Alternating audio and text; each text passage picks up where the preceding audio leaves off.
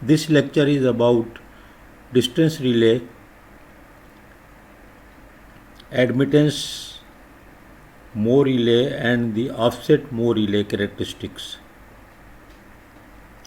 This lecture will be in Urdu because I have already uploaded more than 4 or 5 lectures on distance relays, types, settings, etc. in English. So this will be in Urdu and Hindi. Distance relay की मुख्तलिफ़ type मैं आपको बहुत से दूसरे lectures में बता चुका हूँ. यहाँ पर आपकी तवज्जो के लिए दोबारा दोहराता हूँ कि डिस्टेंस रिले एक ऐसी रिले है जो कि वोल्टेज एंड करंट के रेशो पे काम करती है. जब फॉल्ट आता है तो वोल्टेज डाउन होता है, करंट ज़्यादा होता है और वोल्टेज और करंट के रेशो से ये ऑपरेट करती है. वोल्टेज रिस्ट्रेनिंग टार्क पैदा करता है यानी रोकने के लिए, और करंट से जो टार्क पैदा होता है वो ऑपरेटिंग टार्क कहलाता है. तो इन दोनों के रेशो से जो रिले ऑपरेट करती है उसका नाम डिस्टेंस रिले है. इसके कई टाइप हैं जैसे कि impedance relay, reactance relay, resistance relay, मो रिले यानी कि एडमिटेंस रिले. एडमिटेंस और मो रिले एक बात है. तो आप हमारे दूसरे लेक्चर्स को यूट्यूब चैनल पर जा कर के देख सकते हैं. टीडी कंसल्टेंट यूट्यूब पर टाइप कीजिए और आपको सारे लेक्चर्स मिल जाएंगे. चूँकि दूसरे सारे लेक्चर्स डिस्टेंस रिले के मुतालिक इंग्लिश में हैं, इसलिए मैंने मुनासिब समझा कि एक लेक्चर उर्दू में भी हो जाए.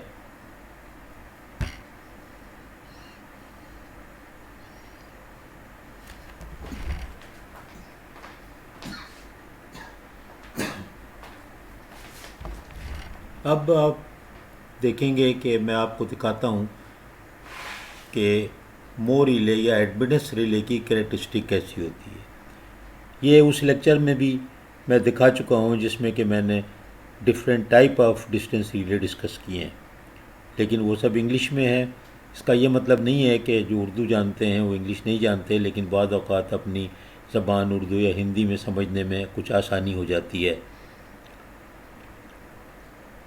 यहाँ देखिए आपको 3 सर्किल दिखाई दे रहे हैं.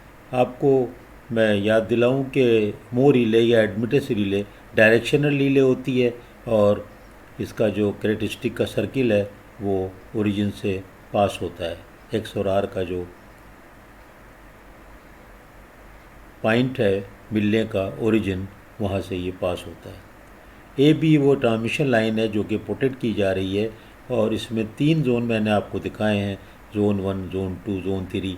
तीनों के तीनों एडमिटेंस के हिसाब से सेट किए गए हैं और ये डायरेक्शनल हैं. तो ये कैरेक्टरिस्टिक जो है ये एक मो रिले की है जिसकी सारी की सारी सेटिंग मो के हिसाब से की गई है. मैंने एक दूसरे लेक्चर में आपको कॉम्बिनेशन ऑफ एडमिटेंस और रिएक्टेंस रिले की सेटिंग भी दिखाई है. अगर आप चाहें तो उस पर भी दोबारा देख सकते हैं, जिसका नाम है combination of admittance and reactance relay.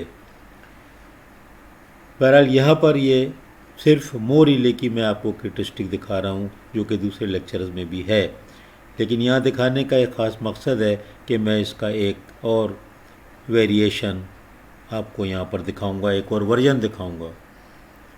होता क्या है कि ये डिस्टेंस रिले चूँकि एडमिटेंस रिले डायरेक्शनल है, तो आप देखें कि ये एक डायरेक्शन में जो ए बी है उसमें ऑपरेट करेगी, जो कि बहुत अच्छी बात है कि डायरेक्शनल रिले है. होता ये है कि अगर बिल्कुल ए पॉइंट जो है जो कि बस बार है एट द सब स्टेशन और ग्रिड स्टेशन ए, अगर उसके बिल्कुल करीब में फॉल्ट आए तो वोल्टेज बहुत कम हो जाता है और रिले की ऑपरेशन में मुश्किल होती है. रिले कंफ्यूज हो जाती है क्योंकि उसको समझ में नहीं आता कि वो फॉल्ट बस बार पे है, बस बार के दूसरी तरफ तो है कहीं, और वोल्टेज जो है उसको सही तरह मिलता नहीं है. ये होता है कि वोल्टेज लेने के लिए हम बाद औक़ात दूसरे इस तरह से डिस्टेंस रिले के अंदर स्कीम बनाई जाती है कि अगर फॉल्ट फ़र्ज़ कीजिए कि रेड फेस पर है तो येलो और ब्लू से वोल्टेज पोलराइजेशन के लिए ले लेते हैं, लेकिन अगर 3 फेस फॉल्ट है डेड तो क्या किया जाएगा. उस वक़्त तो कोई वोल्टेज नहीं मिलेगा. और ये केस कब होता है, मिसाल के तौर पे आप ट्रांसमिशन लाइन पे काम करते हैं, आपने शॉर्ट डाला हुआ है और अगर गलती से ऑन की जाती है तो उस वक्त वोल्टेज बिल्कुल नहीं मिलता और वोल्टेज कोलैप्स हो जाता है। तो उसके लिए क्या करते हैं कि हम एक इसी इम्पीडेंस रिले के अंदर एक जोन ऐसा क्रिएट करते हैं जो बस बार के दूसरी तरफ भी थोड़ा सा ओवरलैप कर दे बस बार को, ताकि कन्फ्यूजन ख़त्म हो जाए और आखिर में अगर कोई रिले जोन में ऑपरेट ना कर सके 1 2 3 तो ये इस जोन में ऑपरेट हो जाए। लेकिन इसका एक और भी तरीका होता है, वो इस तरह किया जाता है कि जनाब यहाँ पर आप देख सकते हैं कि ये जो ग्रीन में जो जोन है वो ऑफसेट मूव जोन है। इसका फ़ायदा ये है कि देखें बस बार के दूसरी तरफ भी इसमें कवरेज है और इसको हम कह रहे हैं ऑफसेट मूव जोन। अब इसमें हो ये रहा है कि अगर फॉल्ट बिल्कुल करीब है बस बार के और वो पता नहीं चल रहा है रिलेस को कि वो फॉल्ट उनको क्लियर वो कर सकते हैं, तो जोन 1 में क्लियर नहीं होगा बल्कि रिमोट एंड से जोन 2 में क्लियर होगा। और लेकिन बस बार है तो जोन 1 में, लेकिन क्योंकि बहुत ही करीब है तो उसको सेंस नहीं हो रहा है। और ये सेंस क्यों नहीं हो रहा है कि लाइन पहले से डेड शॉर्ट थी और उसको ऑन किया गया है। तो इस केस में ये चौथा जोन जो है ये एक्सेलरेट करता है। इसको इस तरह सेटिंग करते हैं चौथे जोन की, चौथा जोन तो नहीं कहना चाहिए, गेट इसको ऑफसेट मूव जोन की सेटिंग इस तरह करते हैं कि जब आप ट्रांसमिशन लाइन को ऑन करें तो अगर फॉल्ट हुआ उसको कवर करने के लिए ये प्रोविज़न होता है कि जब ऑन करते हैं तो शुरू के 8-10 साइकिल जो होते हैं उसके अंदर ये ऑफसेट जोन एक्सेलरेट कर देता है ट्रिपिंग को, और अगर वो 8-10 साइकिल गुजर जाएं तो रिले अपनी उस कैरेक्टरिस्टिक पे वापस आ जाती है जो कि मैंने यहाँ पर आपको ब्लू और रेड और ऑरेंज की शक्ल में दिखाए हुए हैं। यानी जब लाइन को ऑन करते हैं तो ऑन के टाइम पे 8-10 साइकिल तक ये ऑफसेट मूव जोन ऑपरेटिव रहता है। अगर फॉल्ट इमीडिएट हुआ और वोल्टेज कोलैप्स हुआ, फॉल्ट बहुत ज़्यादा हुई, फॉल्ट करंट बहुत ज़्यादा हुई, तो उस केस में फिर ये 4 जोन 8 से 10 साइकिल शुरू में ऑपरेटिव रहता है और एक्सेलरेटेड ट्रिपिंग हो जाती है। तो इसलिए इस कैरेक्टरिस्टिक को ऑफसेट मूव को इस तरह से यूज़ करते हैं। याद रहे कि रिले वही है, रिले कोई दूसरी नहीं है, बल्कि अब तो सॉफ्टवेयर से सारी सेटिंग होती है। एक ही रिले होती है, उसके अंदर सारी सेटिंग आप कर सकते हैं। उसी रिले को आप इम्पीडेंस बना लें, उसी को रिएक्टेंस बना लें, उसी को एडमिटेंस बना लें, उसी में जोन क्रिएट कर लें। अब सॉफ्टवेयर के ज़रिए, लैपटॉप के ज़रिए सेटिंग्स होती हैं, तो ये सारे मसले जो पुरानी रिलेज में इलेक्ट्रोमैकेनिकल में होते थे वो ख़त्म हो चुके हैं और आप रिले के अंदर ही सारी कैरेक्टरिस्टिक जो हैं दिखाई हैं आप सॉफ्टवेयर के ज़रिए से बना सकते हैं।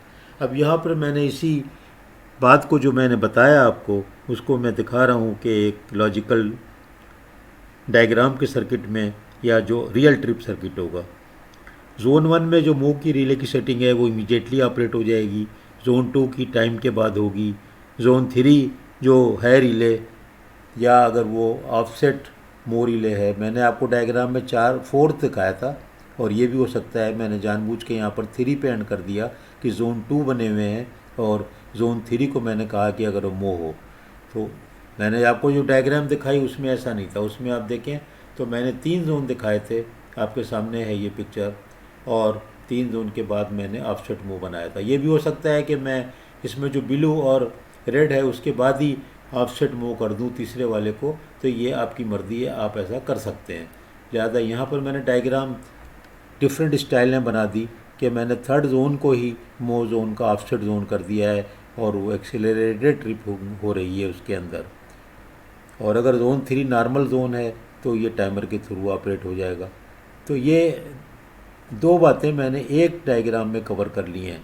अगर आप डायग्राम पहली वाली पे जाएं जो मैंने दिखाई मसलन ये, तो इसके अंदर जो होगा कि जोन 1 2 3 अपने अपने टाइम के बाद ऑपरेट होंगे और इसमें ऑफसेट मूव जोन नहीं है।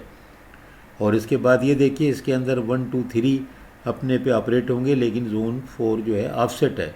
तो मैंने ये तब्दीली की है कि मैंने डायग्राम ऐसी कंबाइंड बनाई है कि जोन 3 ही मैंने ले लिया कि वो ऑफसेट अगर कर दे तो क्या होगा, तो उस तरह की डायग्राम है।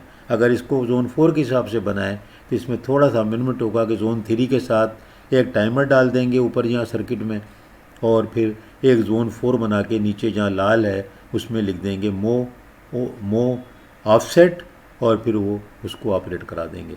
तो इस तरह से जो है ये डिफरेंट टाइप की डायग्राम भी आप बना सकते हैं। और मैंने कोशिश की है कि डायग्राम को क्लियर करूं, उसमें कुछ कमी बेशी भी हो सकती है। और डायग्राम जितनी भी आपने देखी ये मैंने खुद बनाई है, कोई डायग्राम कहीं से भी ली नहीं है, खुद अपने लैपटॉप पे बनाई है, सब ओरिजिनल मेरी कोशिश है। Please subscribe to our YouTube channel TD consultants, और मैं इसके ऊपर और भी क्लैरिफिकेशन के लिए स्लाइड और लेक्चर डालता रहूँगा जो कि आप आइंदा पढ़ सकेंगे। बहुत बहुत शुक्रिया।